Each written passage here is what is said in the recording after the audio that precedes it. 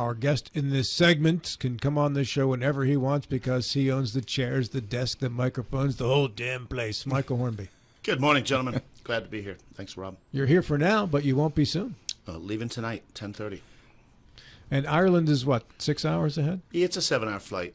It's about 7 hours. Okay. Where do you fly into? Flying to Dublin. Last time we flew into Shannon. There's 2 international airports. Both have customs, American customs on that side. So Ireland's done very well with that.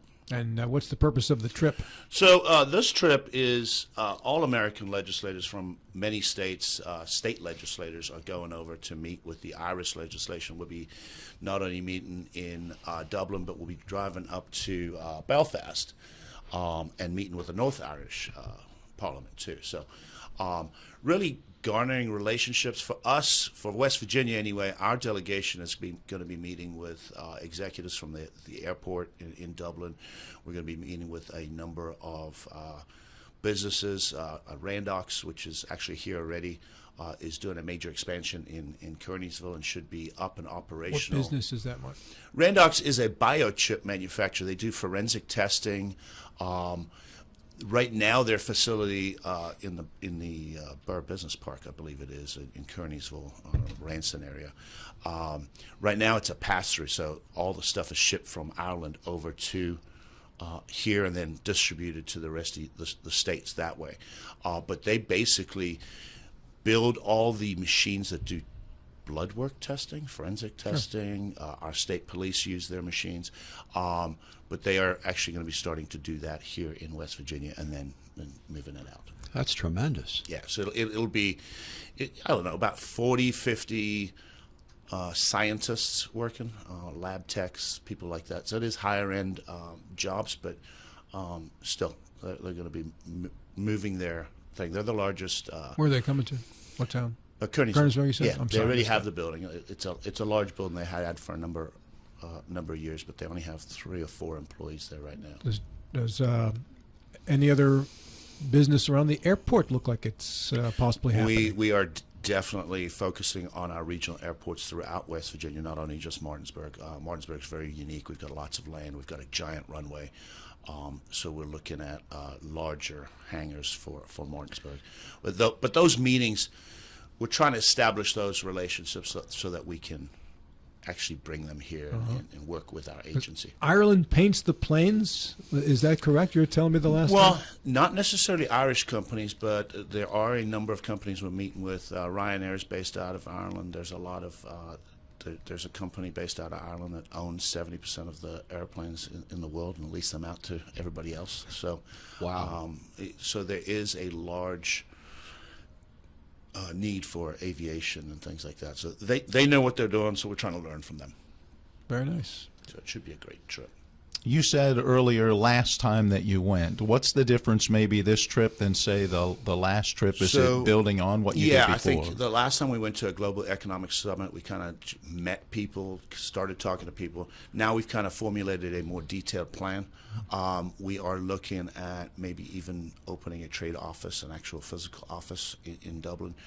We've had such great success with our office in Japan.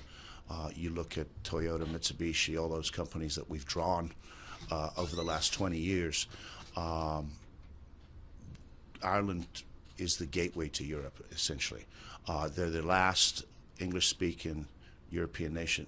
They're part of the EU still, since England or the Great Britain left the EU. There are many companies in Europe that are looking to come to America, and Ireland is the only. I feel the gateway to that, especially with their customs and immigration on that side. A lot of people come to America through Ireland. Is this an kind of equal two-way road, if you will, in that you're going over and learning things and hopefully bringing some business back? At the same time, are you hoping then that some of our business goes there? Especially we have a number of businesses that export to Europe, so we want to help those relationships. The American Chamber of Commerce in Ireland is the biggest in Europe. We have probably, 50, 60 American companies that use Ireland as their headquarters for Europe because they're English speaking, and you look at a place like Google. There's a 5-hour time difference, so you've got to have people on that side who can interact in the same time zone as we do. So there are a lot of a lot of pharmaceutical companies, a lot of biometric medical companies over there. So we're trying to learn from them. Mr. And make those Bodwell. contacts. You said you're going to meet with both governments, the Yes. Northern Ireland. Yes. Have you met with the government in Northern Ireland before? No, I have not. And so I think it's really important that, especially for the Irish folks, it's really important. Americans are really important. We were such a big part of those peace talks back. So we're going to go visit the peace walls, talk about those kind of things. That'll be a nice kind of touristy thing. We're going for an hour, but it's kind of on the way to Parliament, and we'll go meet with the Northern Irish to keep those relations up. Are there a lot of is there a lot of business to be had for West Virginia from Northern Ireland also? Yes, I think so. I Nice. think, and that's that's where Randox is actually from. They're out of Belfast. What other sort of industries have you guys identified as industries you want to look at trying to bring to America, or trying to bring to West Virginia? Advanced manufacturing, I think, is something we excel at, especially if you look at our Parkersburg Airport. I mean, we got Pratt & Whitney already there. We got Aurora Flight Sciences already there. We have a great training facility out in Huntington for mechanics. So advanced manufacturing is something I think we can excel at. Aviation is something we've identified as at the forefront. And then, of course, energy. I mean, we're a net exporter of energy. We are into chemicals, plastics, things like that. When you have gas and coal and things like that, we need a lot of those energy-based and chemical-based businesses too. So when you talk about the aviation, the fact that the 167th Airlift Wing is also a part of the Eastern West Virginia Regional Airport, does that make it more challenging here than, say, other regional airports across the state? it does. It actually it makes it easier and it makes it harder at the same time because obviously they don't own the airport, but they lease that facility and they maintain the whole thing. So when you talk to Nick Deal, there's not a lot of cost for our MRO to in maintenance because the 167th handles that. But at the same time, it makes it difficult because they have so much more operations there. I don't think we'll ever have. Our goal isn't to bring in, an American Airlines so that we can be a thing. There's Hagerstown up north, DC's right here, but there are opportunities with the amount of land we have in Martinsburg to bring maybe an engine manufacturer, a plane manufacturer, somebody that works on planes, somebody that paints planes. There's a 2.5-year wait out there for these large planes to be painted. So those are the kind of things we've identified to start those meetings with. With the length of the runway, could there be like warehouses and things like that where Absolutely. larger planes come in with all of the packages? Could be a cargo facility. We don't have a customs and immigration at Martinsburg yet. The length of the runway is fantastic. I think the bigger thing is the way the runway's made. It can handle those bigger, heavier planes, our taxiways. We have 5 regional airports that have roughly about the same, within 100 feet or so. So we have opportunity throughout the state, but obviously I represent Berkeley County, so I'm a little more privy to ask for Martinsburg. But We could get more warehousing here and have more goods coming in and flying right into Martinsburg instead of flying elsewhere and being trucked we here. could. It's more. We have a lot of warehousing already in Berkeley County. Right. I mean, we have opportunities. There's lots of spaces still, and they are right next to the airport. So if you look at those 2 warehouses just south of the airport, they're still available. I've heard that some of that might be getting filled soon, but. Yeah, they're gigantic too. Yeah, they're huge. I think warehousing might be that's on the lower end of what I'm asking for because I think real jobs and keeping our young folks here is important. Keeping the educated young folks here, especially.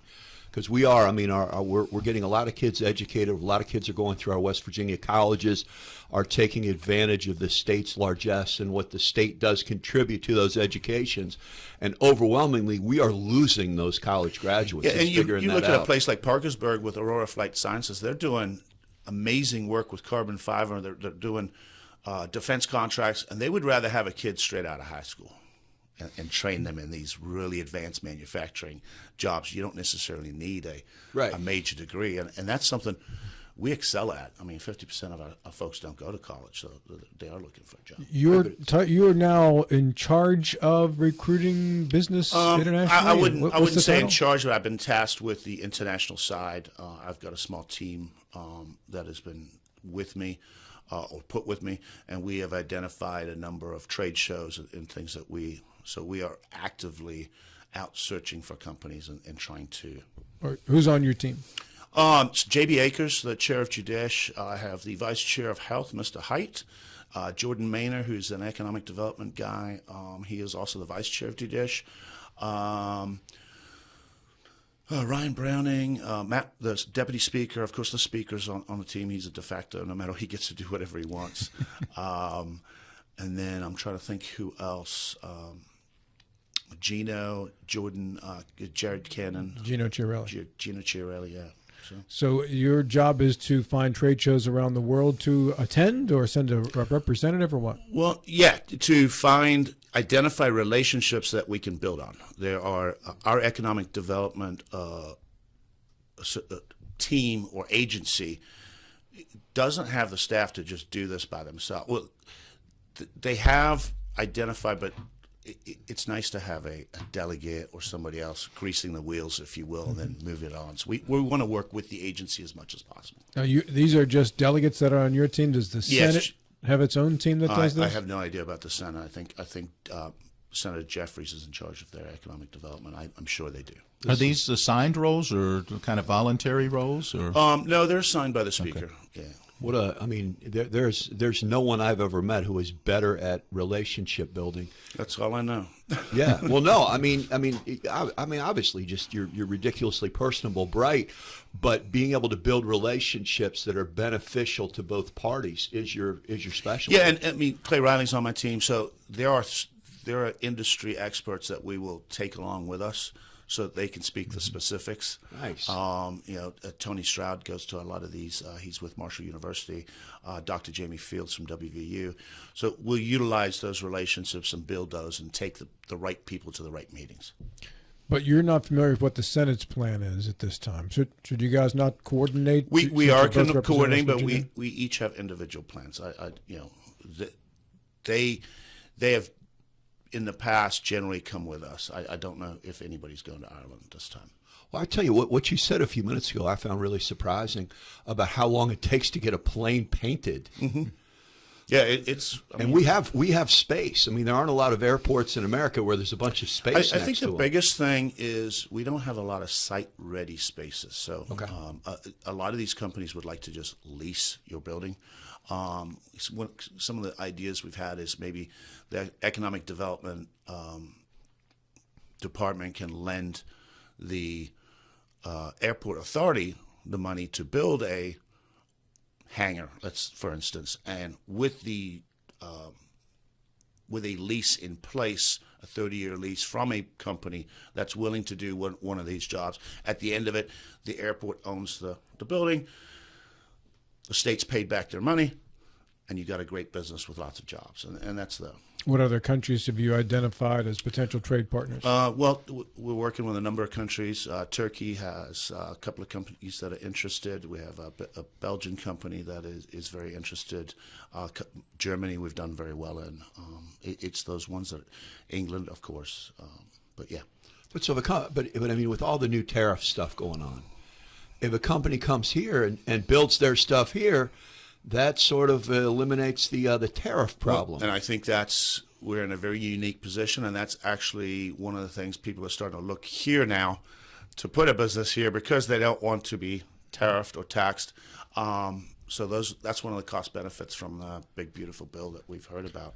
Yeah, but if your parts aren't from here, the parts as they come in get tariffed. It depends on how many parts and what percentage. It's very convoluted, but at the same time, these companies have realized that they will get less if they manufacture here. Convoluted is the right word. Convoluted is the right word because there's not a lot of clarity on that. I'll bring another word in, and that is competition. As you are there are other representatives from other states as well. So what is that competition like to be able to pull that business to maybe a surrounding state? As the governor said, we're in a backyard brawl here. We are competing directly with Ohio, with Virginia, much bigger states with much bigger budget. The Jobs Ohio program, their economic development program, is just amazing. They could throw $100 million at a project. I think the competitive advantage we have is how close you are to government in West Virginia. You get to for instance, most of our listeners have my cell phone number. They can reach me. I can reach the governor. I can reach our senators, so we can move a lot faster and remove some of those obstacles for these companies. And it's not necessarily all about pilot programs and giving them anything. It's about they want access to their government, and they want ease of business, and that's I think where we can excel.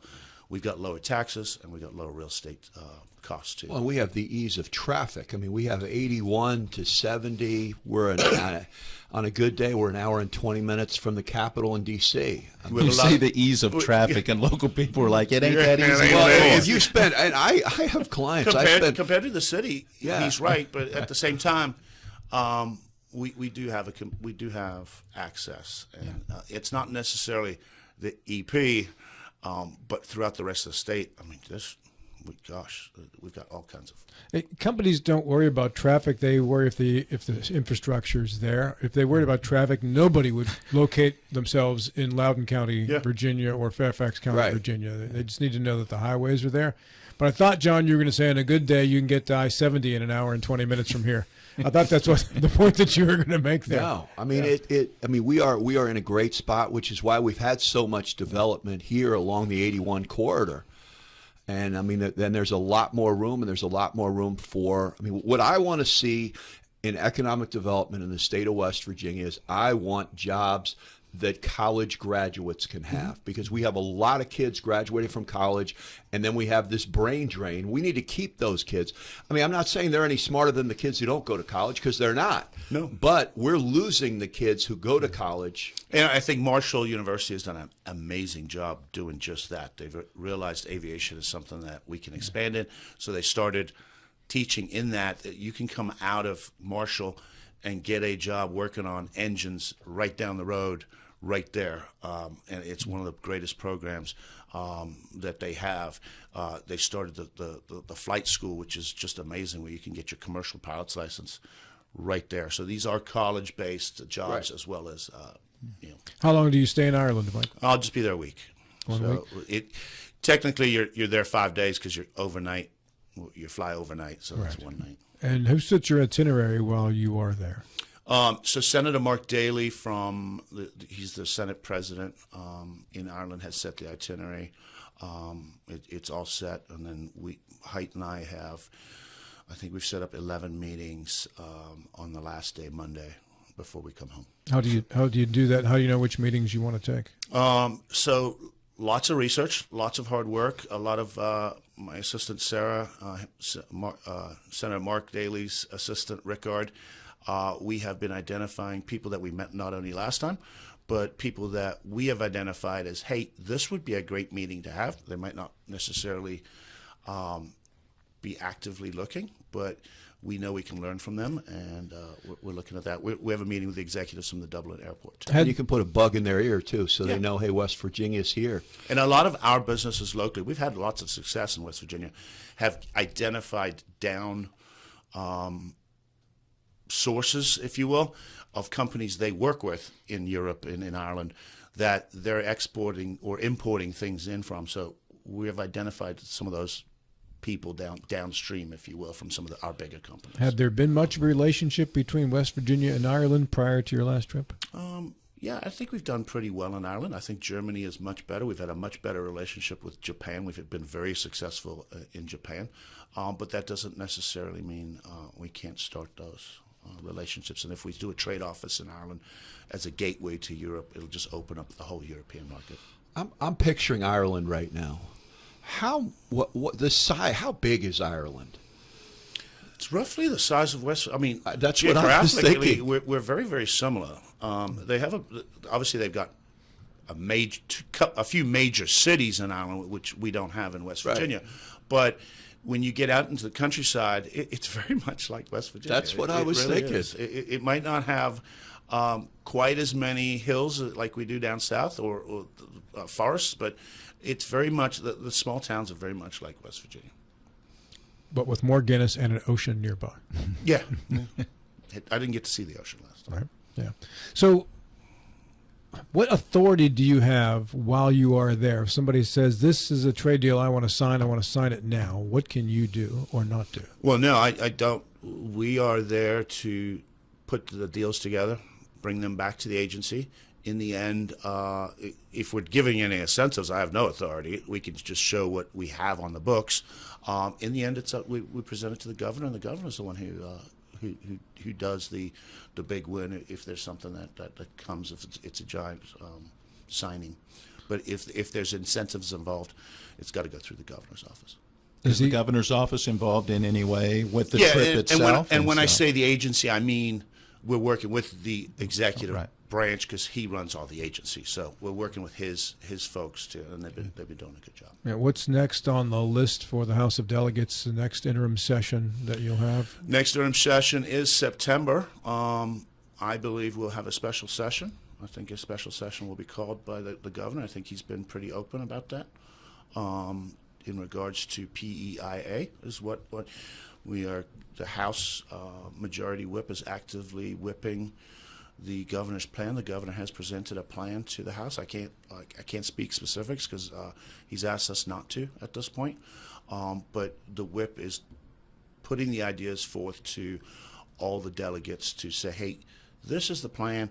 Can you get behind it? What parts of it can you get behind? So it's going to be very busy for the next 2 weeks behind the scenes to figure out exactly what the House is ready to vote on.